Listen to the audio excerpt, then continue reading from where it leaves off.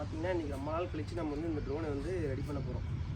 7-8 மாதம் ஆயிடுச்சு. எனக்கு வந்து பம்புக்கு எடுத்துகிட்டு ரெடி பண்ணோம். ஒரு 50% ஓகே தான். இப்போ வந்து டெஸ்ட் ஃப்ளை பண்ண போகிறோம். ஃபுல்லாக ஆம்பளை எப்படி இருக்கும் இதெல்லாம் செக் பண்ணிவிட்டு டேக் ஆஃப் லேண்டிங் எந்தளவுக்கு ஆகுது ஒரு டெஸ்ட் ஃப்ளை வந்து பண்ணி பார்க்கணும். ஸோ இந்த ட்ரோன் ரொம்ப நாள் கழிச்சு கை எடுக்க போகிறோம். என்ன நடக்க போகுதுன்னு பார்ப்போம் வாங்க ஃபீல்டில் போய். ப்ரொப்பலர்லாம் எல்லாம் கரெக்டாக தான் செக் பண்ண நல்லா எடுத்துகிட்டு பார்ப்போம். நான் எப்படி சின்ன சின்ன ஐடியா தரேன் உங்களுக்கு. ஆனால் ஒரு ப்ராப்பராக தான் வந்து பார்த்திங்கன்னா டெஸ்டிங்லாம் பார்க்கணும். சின்ன சின்ன ஐடியா தரேன். ஸ்டேபிளான லேண்டிங் தான் இருக்குது. ஆப்பில் வந்து பார்த்திங்கன்னா கனெக்ட் பண்ணணும். ஸோ லோட் ஆகிட்டே இருக்குது. இன்னும் ஆயிடுச்சு கீழே இருக்கும். டிக்னு ஒரு சவுண்ட் வரும் பாருங்கள்.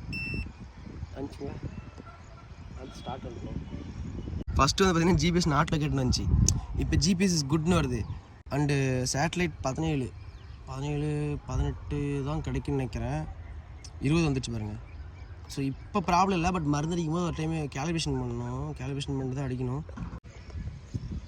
ஆன் பண்ணியாச்சு. நல்லா சுற்றுது. டேக் ஆஃப் பண்ண போகிறோம். ஃபஸ்ட் டேக் ஆஃப் லேண்டிங் ஒரு சக்ஸஸ்.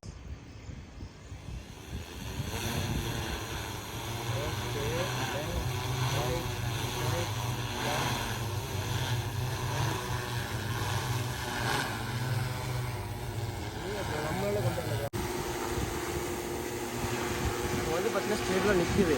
இது எதனா டாஸ்க்குன்னு வச்சுக்கோங்களேன். ஓகே நல்லா ரெண்டாவது. அங்கே பாருங்கள் கார் பக்கம். அந்த கார் பக்கம் நம்ம எப்பயுமே ஒரு ஓகே லேண்டிங்னா அந்த இடத்துல லேண்ட் ஆகிடுச்சு, ப்ராப்பராக லேண்ட் ஆகிடுச்சுன்னா எவ்ரி திங் இஸ் பர்ஃபெக்ட். வராது பக்கம் வராதிங்க.